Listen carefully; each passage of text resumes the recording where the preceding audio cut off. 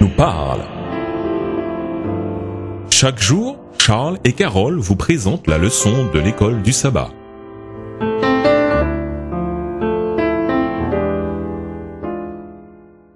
Bonjour chers auditeurs. Bonjour à tous. Nous voilà au jeudi 12 décembre, la patience des saints. Les messages du deuxième et troisième ange de l'Apocalypse sont un avertissement à tous ceux qui n'ont pas écouté l'invitation divine du message du premier ange. Si les hommes continuent de suivre leur voie erronée, ils auront part aux 7 derniers fléaux de Dieu qui sont considérés comme le vin de la fureur de Dieu. Apocalypse 14 verset 10, et qui seront déversés sur ceux qui resteront à l'intérieur de Babylone. Dans la Bible, Babylone représente la révolte contre Dieu. Genèse 11, versets 1 à 9. Jérémie 50, verset 51. Babylone, avec arrogance, prend la place de Dieu et devient l'ennemi du peuple de Dieu. À l'époque du Nouveau Testament, Babylone est devenue un nom de code pour homme. 1 Pierre 5, verset 13. Dans le livre de l'Apocalypse, Babylone, la prostituée, est une puissance politico-religieuse s'opposant à Dieu et à son peuple et cherchant à dominer le monde. Dans Apocalypse 13, versets 15 à 17, se trouve évoquée la période de crise babylonienne, époque où les puissances représentées par des bêtes dans Apocalypse 13 unissent leurs forces pour persécuter le reste de Dieu. Ainsi, Babylone symbolise une alliance, à la fin des temps, entre les églises apostates et les puissances politiques corrompues du monde.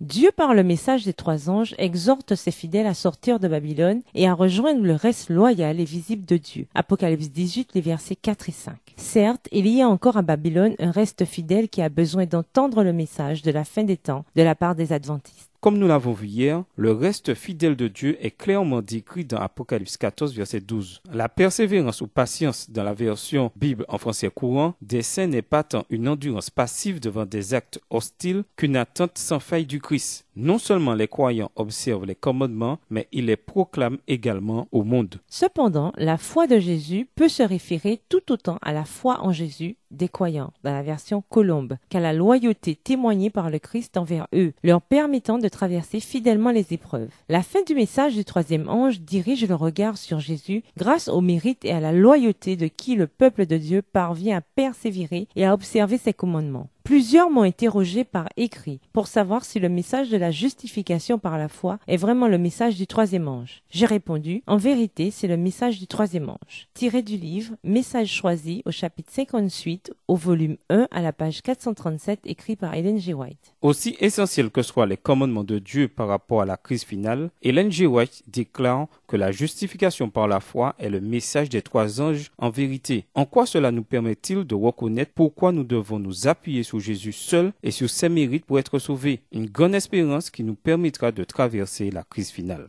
Et nous vous laissons avec cette question de réflexion. Jean 15, verset 8 déclare que nous glorifions Dieu par nos paroles et nos actions. Pourquoi devons-nous le glorifier de ces 2 manières? Au revoir chers auditeurs et à demain si Dieu veut. Au revoir. Dieu nous parle. C'était Dieu nous parle, présenté par Charles et Carole.